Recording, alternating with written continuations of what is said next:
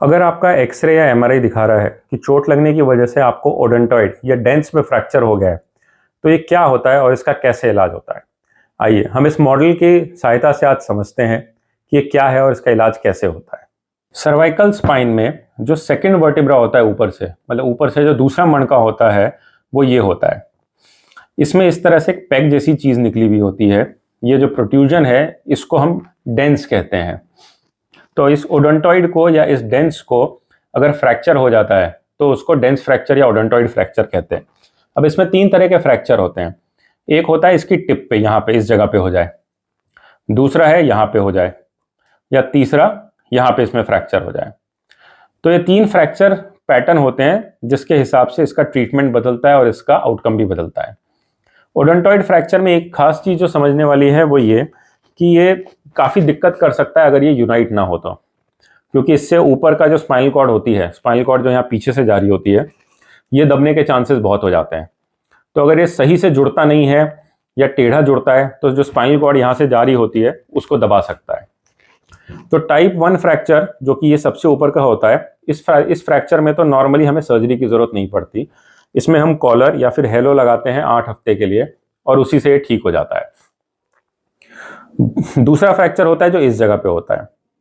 अगर ये fracture 10 degree से ज्यादा एंगुलेटेड है या 5 mm से ज्यादा ये डिस्प्लेस्ड है, तो इसमें डेफिनेटली सर्जरी की जरूरत पड़ती है।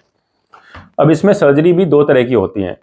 अगर हम इसको फिक्स कर सकते हैं और ये ताजा फ्रैक्चर होता है तो इसमें एक सर्जरी होती है जिसमें हम यहाँ से ऐसे स्क्रू डाल देते हैं, तो वो स्क्रू ऐसे चला जाता है और इसको इसकी जगह पे पकड़ के रखता है जब तक कि हड्डी जुड़ नहीं जाती।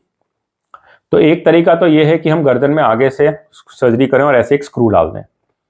दूसरा है अगर एंगुलेशन बहुत ज़्यादा है या ये रिड्यूस नहीं हो सकता या फिर फ्रैक्चर को बहुत दिन हो गए हैं, पुराना फ्रैक्चर है, तब हम यहाँ पीछे से सर्जरी करते हैं और हम इन दोनों वर्टिब्रास को, मतलब इस टूटे हुए वर्टिब्रा के पीछे के पार्ट को उसके नीचे वाले वर्टिब्रा से जोड़ देते हैं सर्जरी करके। अब वो हम स्क्रू से भी कर सकते हैं या बीच में बोन रख के वायर डाल के करें, वैसे भी कर सकते हैं। तो दो तीन तरीके हैं इनको आपस में जोड़ देने के। अगर हमने आगे से स्क्रू डाला है या पीछे से इसमें फ्यूजन किया है तो नॉर्मली पेशेंट को 6 से 8 हफ्ते तक उसके बाद कॉलर पहनना होता है और उसके बाद जैसे जैसे हड्डी जुड़ जाती है पेशेंट अपनी नॉर्मल एक्टिविटीज कर पाता है। जो तीसरे तरह का फ्रैक्चर होता है यहाँ पे जो होता है उसमें भी अक्सर सर्जरी की जरूरत नहीं पड़ती और वो भी कॉलर से या हेलो से अपने आप धीरे धीरे जुड़ जाता है।